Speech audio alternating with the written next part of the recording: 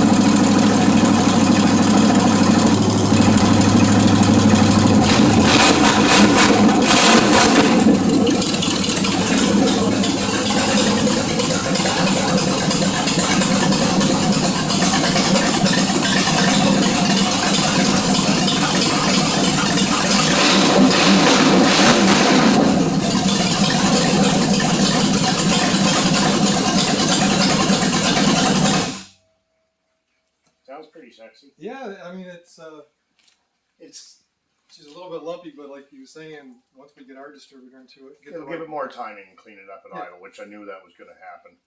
And there's other things that we might address once you get it in mobile. We'll get you to pop your nose in the door before we get too many miles on it, and we'll readjust the timer. Or maybe when we're at your place, we'll bring some shooters and stuff with us and see how the truck reacts to the carburetor. bring it down, make a little bit of put the jets a little smaller, or No, I wouldn't change. I don't think we're going to have to change the jets. If anything, we might change the shooter size, just the way it takes its fuel. Okay. But we'll right now at this point, and then we can adjust the secondaries here. Once you get it in and driving it, that's what that screws there. I don't think that's the same carb that's on my 410.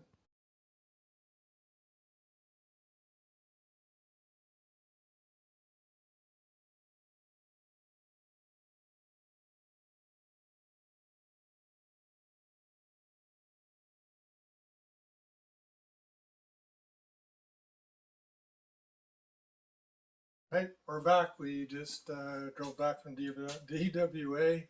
We have our Cleveland just unloaded it, taken it off the back of the truck. We're going to set it down here.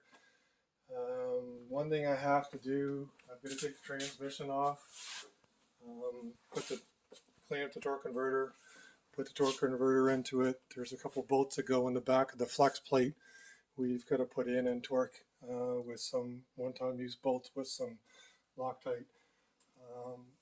Once I get that put back together, I'm gonna put it in the frame and then start connecting stuff up. But right now, made it home in one piece. And a little bit of a MacGyver job getting it off the back of the truck.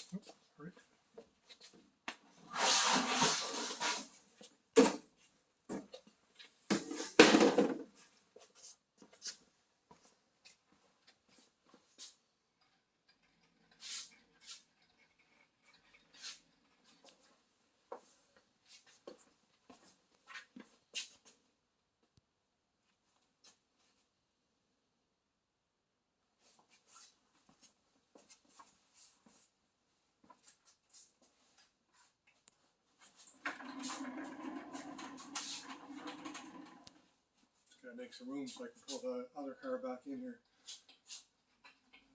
Anyway, won't bore you with setting the engine back down on the floor. We'll do another video, or we'll actually keep on tacking on this video here once I get everything, the transmission hooked up. And like I said, we'll videotape it going into the frame. Hi, I just finished taking the transmission off. I had to take the flex plate off.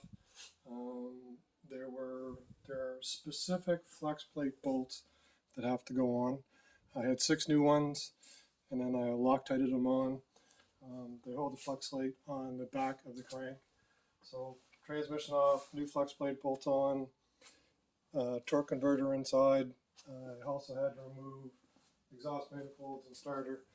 I didn't tape it, but probably about 40 minutes of shuffling and everything else to basically position the motor in there so that I don't nick any paint.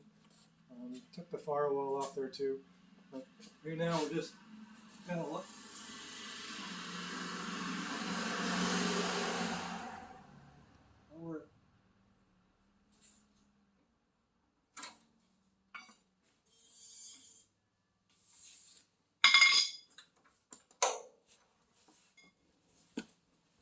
should be it.